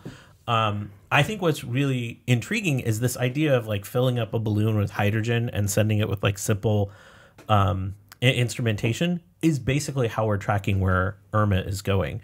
So throughout the Midwest, like all the way up to Minneapolis, the National Weather Service has told every weather station to launch 4 balloons a day with basic humidity, wind, and I'm forgetting one of the tracking sensors, up to record really the barest details on wind patterns and pressure data so they can better predict where Irma is going to go. Quick geography lesson, Minneapolis is really far from where Hurricane Irma is, but they're filling that sort of gap, its projected path, with as much data as possible, which feeds the algorithms That blows my project it where it's to go. So much of this meteorological data is literally people releasing giant balloons into the sky at a scale that we can't comprehend. Not one person. We've seen weather balloon launches, but like 4 times a day across weather stations across America. Like putting dye into the water currents. That's so cool. Yeah, I mean that's basically what it is, and not the other thing I'll note against, and I think Nate Silver did a story about this in 538, is you'll see all these projected paths of the hurricane with each line on this sort of branched area, sort of projecting a path. Not all of those paths have the same sort of weight to them or reliability, just like poles aren't the same. And so I think there's some interesting commentary from scientists in terms of how they calculate projected paths, but not to treat all those projected paths as equal. And last bit, I wish everyone is safe for everything that's coming. Yeah. It made landfall in some of the islands in the Caribbean last night. Be safe for everyone that's out there. All right. Jeremy, I think you know this, that every galaxy has a supermassive black hole at the center of it. Yes. Yeah, I mean, it's like one of those dinner time conversations that everyone knows. No need to discuss it. It just is. Okay. How it is. The one at the center of the Milky Way is, I believe, 4 million times the size of our sun. It is a really massive black hole. How do you define size? So in terms of just like sheer diameter. Like event horizon to event horizon. Black holes are hard to observe because they don't have any light. But there's some indication that there is another supermassive black hole in the center of our galaxy. Wait, or close what? to the center of our galaxy. Orbiting the massive one? So just 200 light years from the center of the galaxy where that black hole is, there has been some rumors, let's call them, that there is another supermassive black hole there. And now we have confirmation of that supermassive black hole. This one is only 100 to 300,000 times the size of our sun. Oh, orders of magnitude. Yes. Oh, definitely orders of magnitude different. But that's pretty big. And to find it a little off-center is this kind of interesting thing. So we have a new black hole. So is it possible then there are galaxies that have just like twin stars, twin black holes circling each other at the center of a galaxy? That the discovery of gravitational waves was 2 black holes circling each other. That's right. Okay, so question. Oh, yeah, sure. Now, I learned at our, what's the name of the science museum here in San Francisco? Exploratorium? Academy of the other one. Sciences. Academy of Okay. Sciences. So I learned from the theater in there that our perspective on our galaxy goes canonically, like outwards, up and down, because it's too bright. There's We too, can't there's see too in the much, plane. Too much Yeah. cloud dust in the galaxy plane, and we're on the edge of our galaxy. So how is it that we can see through this cosmic dust to the center of our galaxy, and where we can observe what is essentially nothingness? So what they're really observing is gravitational effects of objects around the black hole, because you can't image the black hole because it's black. Yeah. And so they're basically using mathematical models of what they're seeing to be like, okay, we know the mass of all of this stuff in this area.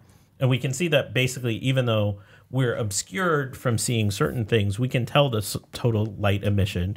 And based on sort of the pattern of movement, we can infer a certain mass. We can actually calculate that certain mass. But we can see things moving through this cosmic dust. And so when there are perturbations in that, we're able to say, like, what could be causing this?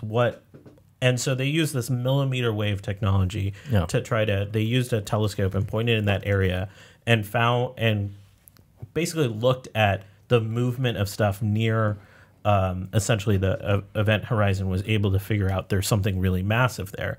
Like these supermassive black holes that are the center of galaxies, we think they're formed by other black holes sort of colliding into each other and forming bigger black holes. And so this might actually potentially, this is a first intermediate black hole. It's pretty far. Could play into that sort of understanding how black holes really populate the center of our galaxies. Have you watched that? Oh, sorry. No, I was just going to say, and every galaxy we've ever seen seems to have a supermassive black hole at the center of it. Have you watched the show on Netflix of William Shatner traveling around talking to science people about how Star Trek influenced them? No. What's this called? It's on Netflix. The cover image is him talking to Neil deGrasse. Oh. Shatner talk science. Yeah, I don't know. Shatner on science. You know, I want to know if it's worth my time. Is it like the Saturday Night Live skit with him where he's like, Get a life. nerds, get a life. Get a life, Neil deGrasse Tyson.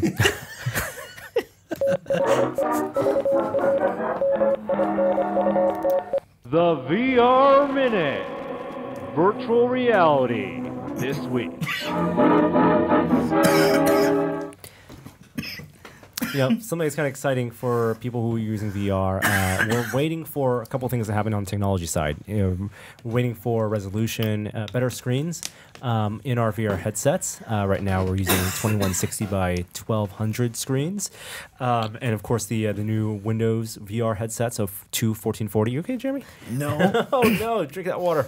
He's so excited about the VR Minute. 1440 by 1440 screens. I'm just going to continue on this mixed reality headset. But the other big technological improvement that we're waiting for next gen is wireless headsets. And we may be getting those from a third party this year. We've been following the progress of TPcast for the HTC Vive. And pre-orders for TPcast in the US are live. I know a bunch of people jumped into pre-orders on the Asian one. How much? Oh, the page is down. Oh, no. Wow. The Microsoft page that had it up it was down? on the Microsoft website. It was $300. Oh, my God. And I wonder if they took it down because they sold out. Wow. Microsoft Store? No, Wait. the page is down. Wow. But the store's up, but the page is down? No, the Microsoft Store is up, but the page is down. Wow. Correct. Wow. Yeah. All right. So it's too late for anyone who tried to get it. I'm sure TPcast will be able to sell it. I'm curious why they sold it through the Microsoft Store initially. Yeah, me too. But they had a release date of end of September. So Wasn't it supposed to be in like the mid 200s when you interviewed them? Like something like 220, 230, something like that? yeah, I guess the price may have gone up. There was some reports that it it doesn't work with a microphone. Like you couldn't send the audio signal back. Right, yeah. Right. Huh. You okay, Jeremy? No. Oh God. Okay. Oh, choked in that water. I know. Other VR news from Other Suns, which is a game we first played, I believe, at GDC this year. It's an Oculus Studios game. It's going to get its beta launch, its free weekend launch, at the end of this month. This isn't the first time there's been a beta launch. We've had it with Lone Echo, but I'm really glad they're doing this. It worked well for Lone Echo. Yeah, and we're very excited for From Other Suns. It's from Gunfire Games, the people who did Chronos. But this is basically a roguelike, multiplayer co-op roguelike on a spaceship. Yeah. Traveling through the galaxy. It's the Star Trek simulator, not the bridge simulator, but it's the Starship You simulator. go on away missions and fight Yeah. bad And guys. you only did like the demo version of this game. You haven't Yes. spent much time in it. No, so we only did a demo they had prepared at GDC, but we are very excited for this. So cannot wait to play it. Settlers of Catan may be coming to VR. What's this about? Yeah, this was where was this announced? Like PAX or something? Who knows what it looks like? But yeah, you'll be able to play Settlers in VR. No, this is like a virtual board in front of you. I don't know. Like they have not shown anything. All they said is that it's coming. I wonder. Like, what do you think about that? What do you think about playing board games in VR? Well, the social aspect. One, the mechanics have to work, right? Like there's a tangible. The joy of playing real board games. Yeah. Is one that the immediate social of people, of things happening around you, people around you. Like even when it's not your turn, even there's downtime, you're chatting with people, you're doing other things. Usually board games, it's a focused activity, but there's a lot of other conversation going on. But also the tangibility of the pieces. You're moving the pieces. That's something I don't know if VR has solved. Why not? I mean, I imagine you could do everything you could in the actual board game with any board game Well, in VR. let's say Catan. And what that gives you is the ability to play with people anytime. Right, but Catan works great with a gamepad. If you play it with a gamepad on the 2D flat screen, there was that on Xbox, right? I didn't know that. Yeah, Big Huge Games made that. It was really just Xbox arcade game, hugely popular. But if they're gonna make a board game in VR, they can't abstract controls.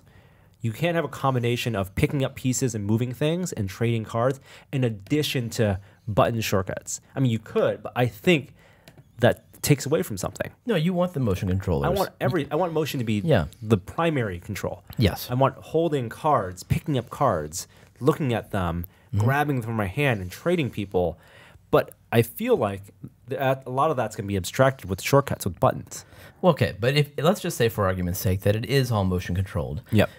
Would you be in favor of board games in VR? Of course. Or does it have to be like you are now immersed on the board itself? No. It doesn't have to be something different than an imaginary board game experience. Just give me the actual board on and make it set up easy, auto setup. That's the benefit, right? Yeah, exactly. Any digital game, you don't have to actually sort pieces, put them in a box. And then matchmaking by skill. Private games, all of those features that you'd want to expect. I mean, if this is an acceptable design choice, then sky's the limit. I mean, look at the board game section of any toy store. It's I don't massive. think the fidelity of the controllers yet, the amount of dexterity you have with the touch controllers or the Vive controllers are enough to facilitate a comfortable and robust board game experience. I think that's a software problem. I think it depends on the game a lot. But I think with Knuckles, I would think rolling dice would actually be a lot more natural. Yeah, absolutely. Why? Because of the way you can control your fingers. Yeah. You could do it with the touch controller as well. I also think that I wouldn't want to see all these siloed. For example, if this is a Catan VR game, it's the only thing you can play. I'm much more in favor of the platform model. You know, designing the game room and then letting people import the games and sell their games. But you want that for VR in general. I mean that's the closest thing you're gonna get. Next step to the metaverse. I don't think that's realistic, but you could see a game manufacturer doing that with all of their games in a library. Oh yeah, all the Hasbro games, all the who makes board games now? I don't know. But there's Werewolf. It was one of the first, it's not a board game. Right. So that's a party game. But they really went all in terms of the immersion, like putting you into the characters of the game. Yeah, so that's why I'm wondering, do you have to do that? I don't think. Is that not better for Werewolf, for instance, to sit around the campfire and play that game? Right, and look like, have avatars that are themed for that game. Yeah. I don't know. Yeah. Yeah, it definitely fills in for some of the social awkwardness. Because if you're playing with strangers, it gets everyone in character. It's the same with Bridge Commander. Bridge Commander would be less fun if it was your avatar than it is with a Star Trek looking like avatar. Yeah. I guess Monopoly. Like as you get more and more money, you just don't need 3D. You get more accessories. Yeah, monocles start dropping in. More monocles in your pocket. Top hat gets taller. You know what it is set up for VR? Rage quitting. Yeah, just like flinging the table. Yeah, just drop the headset. Let's do the drop headset and die. Yeah, exit the Matrix. Not like this. Something that you guys are gonna be excited about. Another upcoming VR announcement. This one's for PSVR. Is Voltron VR game. The Voltron VR Chronicles. It's gonna be cinematic and episodic. What does that mean? Yeah, you know what that means. It means they can make a full game. It means they're gonna charge you multiple times. Yes. But what is it? What is a cinematic Voltron VR Chronicles? It's set in the DreamWorks Voltron. The new Voltron. Yes. Yeah, but unlike the cartoon, it's actually 3D. So they've tried to. What was that? They tried to make use the same aesthetic. They tried to create this 3D version of the newer like cel shaded Japanimation style. The descriptions are so vague. It's right now, enjoy an immersive Voltron narrative that places you in the iconic locations from DreamWorks Voltron Legendary Defender. Pilot the Blue Lion in fierce space battles. Stand on the bridge of the castle ship and solve interactive puzzles. Puzzle game. See? Puzzle game. See, you know what is potentially interesting about this is if you are doing any of the space battles, they are really beautiful inside that cartoon. So because it has this sort of like rich background, and there's a lot of FPV that I think could make for an interesting game in the space battles. I think the stuff on land I'm less thrilled about. I don't know how much there's going to be on land. Yeah. The inside, Based on the preview that we're watching right now, it seems almost all space. yeah, it looks like it supports motion controllers. Like I see him putting things into place. So I don't know. I'll play it. Although it's PSVR, I might wait for PC. All those PSVR games, they tend to come to PC eventually. And then there's also some Lone Echo changes, some patch updates. You still playing the game? You know, I told myself I was gonna wait until they got not just parties but private matches implemented. Guess And what? Guess what? Yeah. Private matches are back. I know. Or they're here, finally. They're in. So as soon as you guys are willing to jump in, I'll go All in right. with you. Okay, how's that? We You can need be to add twisted. 5 Oculus friends. That's Do you have right. 5 Oculus friends? I do. Okay. We can play a private match of Lone Echo. Yeah, I think that'd be fun. All right. Let's do it. It's free. You guys, if you have VR, if you have the Rift, get Lone Echo or Echo Arena. It's free. We can record. You guys can record it for a projections episode too. Yeah. Yeah. Yeah. And then finally, I've been playing recently. I know you guys recommended a while ago. Gorn. It's early access right now on Steam, but it's a gladiator simulator with amazing weapons and collision model for weapons and damage, location-based damage. You've been and asking for a melee combat sim since VR came out. ever since what was the Valve the ex Half-Life Is it guy Realms, Shattered Realms, or no? Oh god, so many. Yeah. Ever since there's an RPG where you Yeah. hold a sword and a shield, right? I've been wanting a melee game, and this has been out. There's actually still a free demo, I think, on the Gorn website. But you can- Vanishing Realms. Vanishing Realms, that's right. But this is like just a gladiator simulator. You're in a pit. It's cartoonish. Mm-hmm. There are these hulking gladiators that come at you. One at a time? And, multiple at a time. Multiple. And there is some in-game locomotion where it's almost like the ski poles where you drag yourself around the world a little bit. Yeah. Very slow movement. But you are ducking under axes, hurling ball maces at people, smashing, caving heads in. There's armor, your shields, and it's thrilling. I was sweating. I was smelly at the end of this because I was just like nervous. It's like I felt alive. Do they? Does it get in your personal space too much though? No, not at all. They do like a vignetting thing. If you get hit, the world gets fuzzy, but then your eyes start closing. I read on Reddit that this game, more than most, seems to take advantage of room scale environments. Why do you think that is? Because the arena is a limited size. If you had a play area the size of the arena, this would be the best thing ever. Because you can run around people. Yeah. You're actually ducking. You're avoiding because the collision detection is so good, and location it really is to your advantage to get around behind someone and stab them in the back and go around their armor. The collision model isn't like if I'm holding a ball mace and there's a chain on it. The chain isn't what's colliding; it's the ball. So if someone's swinging a ball at me, I'm deflecting that with a sword. I'm trying to parry the ball and then jab them in the face. And I really wish I had a bigger play area. I wanted to be able to walk around. Right now, the ski pole locomotion thing had me standing still most of the time, but I wanted full 360. I wanted wireless with this. Oh, right. Is there multiplayer? There is, I think, some local multiplayer. I'm not sure exactly how it Local? works. Yeah. It's early access. I think it's something that's How do coming. you do I haven't local I haven't VR? unlocked it yet, though. You have to unlock it. Okay. Yeah. Interesting. Shall we move on? Yes, let's go to the last segment. Testing this week.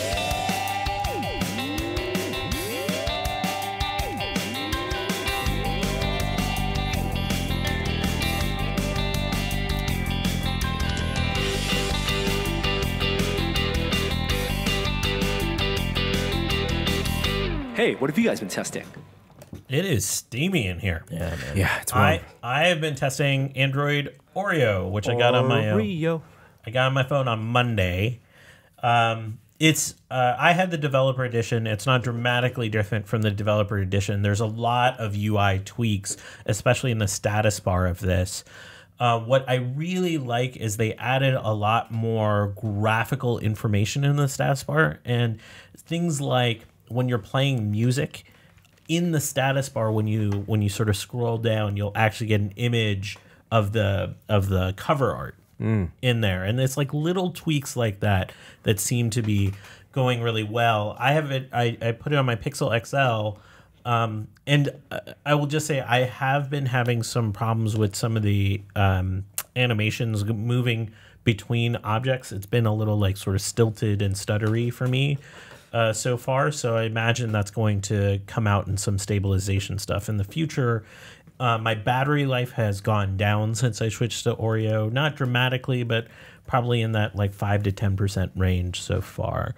But overall, I think in terms of look and feel, it streamlined a few things. There's a couple items they took out in terms of ease of access that I would like from that status bar, and some of the contrast stuff I wanted to reset. But overall, it's been a pretty solid experience. Do you feel like Android is due for a ground-up redesign?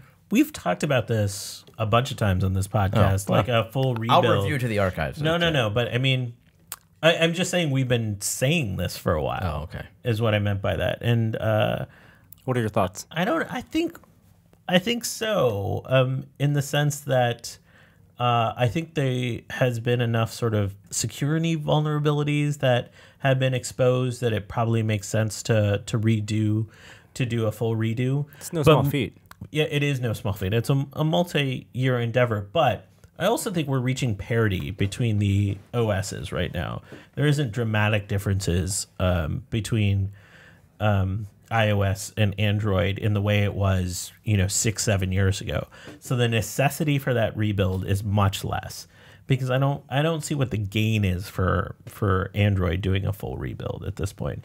They need to come out with something that's really going to revolutionize stuff. So if AR becomes embraced and they do a full rebuild as part of supporting AR components, then yeah, but I don't know what that push is for otherwise. Yeah. Jeremy, anything you've been testing? Have I talked about my little handheld oscilloscope yet? No. This is No. highly geeky.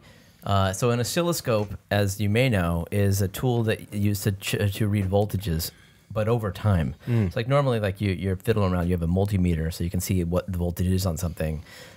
That's just for the moment. If you want to see that over the course of a second, over the course of milliseconds, you use an oscilloscope. So that'll show you the waveforms. And you can see very high frequencies for PWM. Very, very high frequencies, so you can really see the digital signals that come out of computers or microcontrollers. And I bought one which fits in my hand. I knew it was portable when I ordered it. I didn't know how small it was. It's only $100, which for a scope is pretty inexpensive. How's the display?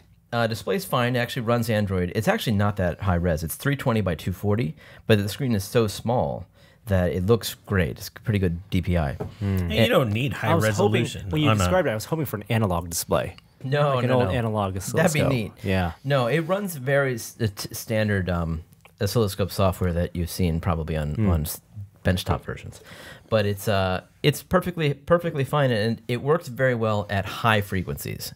For whatever reason, I think it's a RAM issue. Once you increase the time to maybe a tenth of a second, where what you're seeing is a tenth of a second, across every vertical bar on your screen, it gets very slow, and it doesn't update fast at all. Oh, that's interesting. So, but at higher frequencies, when you really are looking at the digital signals, it works great. I bought it because I on location I operate a Star Wars pinball machine that's all digital now. There's no analog signals sent anywhere in the game anymore, and one of the boards wasn't working, and I wanted to see if there was a signal coming through. I could see there was 5 volts, but I didn't see it if there was a signal. So I got the thing. I could see that there wasn't, and it helped. So when I called support, you knew exactly what I knew what to tell them, and they're like, "Well, what do you need?" I'll tell you. Tell me what you want. Wow. So it's great, and it's neat that it's kind of indispensable. The number of times that I find I need oscilloscopes these days is increasing. Have one in my toolbox, portable, pretty cool. All right. I guess I should say it's on Amazon. SainSmart Note 2. How you spell that? SAINSMARTDSO Note 2. SainSmart. Yeah. All right. And I've been using a new monitor. This is the LG 43-inch 4K monitor. Yeah, I went from a 27-inch to a 43-inch, and I've been wondering whether it's usable for video editing and for gaming. Why would it not be usable? It's too big. It's too big. Well, yeah. I think a size so when I got a 4K monitor a couple of years ago, it was 27-inch 4K monitor. I thought pixel density was too high. I was squinting too much. I wanted something. I didn't care about DPI because I'm not using it like a phone. I'm using it like a computer monitor. Yeah. And so I always wonder what the sweet spot is for 4K resolution. And this opportunity came about. Dell has one that does this as well. You can put like 4 HDMI inputs and do picture by picture. So these are monitors made for like stockbrokers or something, right? Wall mounted, maybe not necessarily made to be used on a desktop, but I'm using it on a desktop, and I have a 4K display port plugged into it, and it does 60 hertz. It's not made for gaming, but you can use it for gaming. But the pixel density is basically equivalent to my 30-inch monitor that I had, my old Dell 30-inch, that 2560 by 1600, like the old Apple Cinema displays before we went to the quote-unquote Retina displays, but stretched out to 43 inches. It is massive. My eyes don't know where to look. Don't you have the option of putting it in a quadrant? Of taking, didn't you say it can take four? It can take four discrete inputs. 4 1080p inputs. Oh, okay. Yeah, that's so the problem. It doesn't scale 1080p in. inputs we'll be putting each quadrant. So you can't tell your computer that it's a 1080p monitor and just put it in a corner. No. Okay. Yeah. But super interesting. You think you'll keep it? Only been using it really for a week now. I'm going to go through this month and do some work with it. And So see your suspicion is the sweet number somewhere between 30 and 43. 27 and 43. Oh, It could be 30. 30 could be it. 30 could 35 could be it. 33 could be it. I don't know. Yeah, we'll see.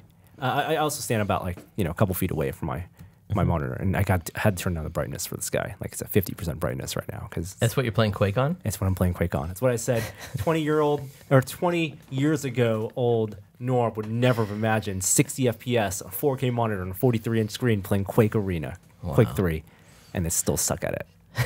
Not too bad. And then finally, I got keyed into this. It's an app it's been around for a while, but I didn't know about it. It's called Wish. Have you guys heard about this? Nope. Oh, this is like Oh a my discount God. deals app. This I know. blew my mind. It's not good. Really? So Alibaba, right? Yes. If you go to Alibaba, you can buy all sorts of things really cheap, a lot of bootleg stuff, but it's all stuff shipped from China, right?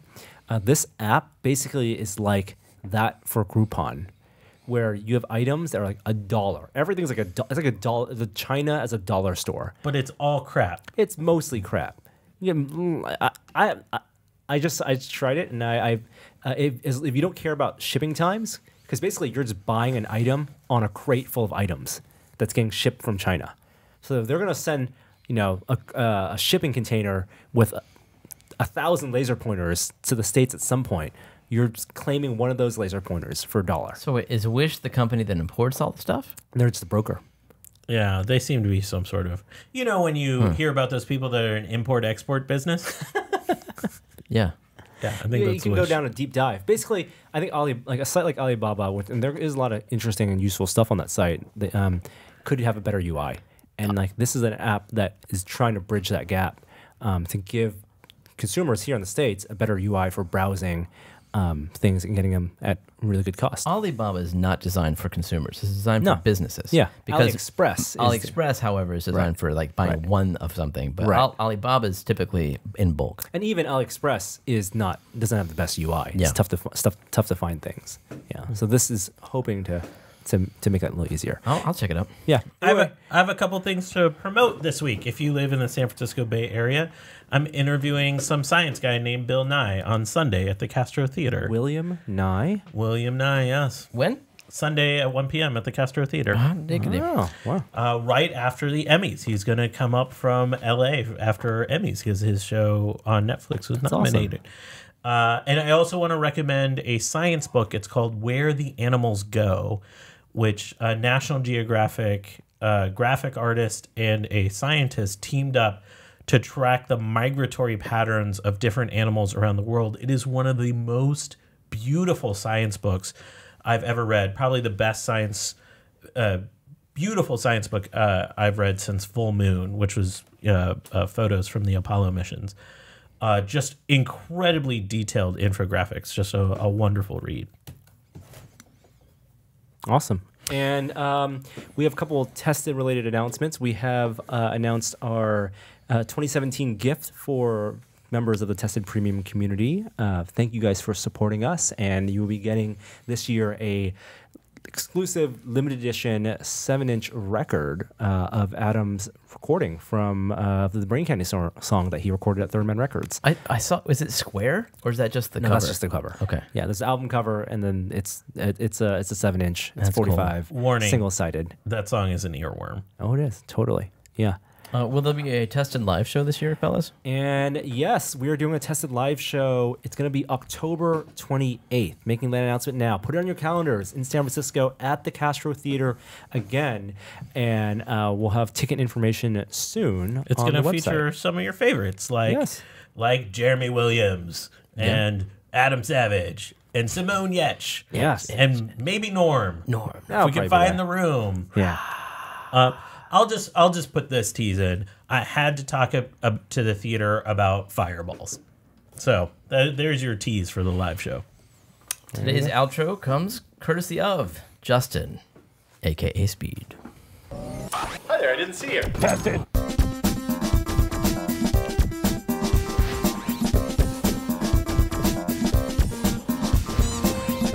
Wait, is that Justin, aka Speed? No, that would have been funny. No, I believe his name is Michael. That was pretty meta.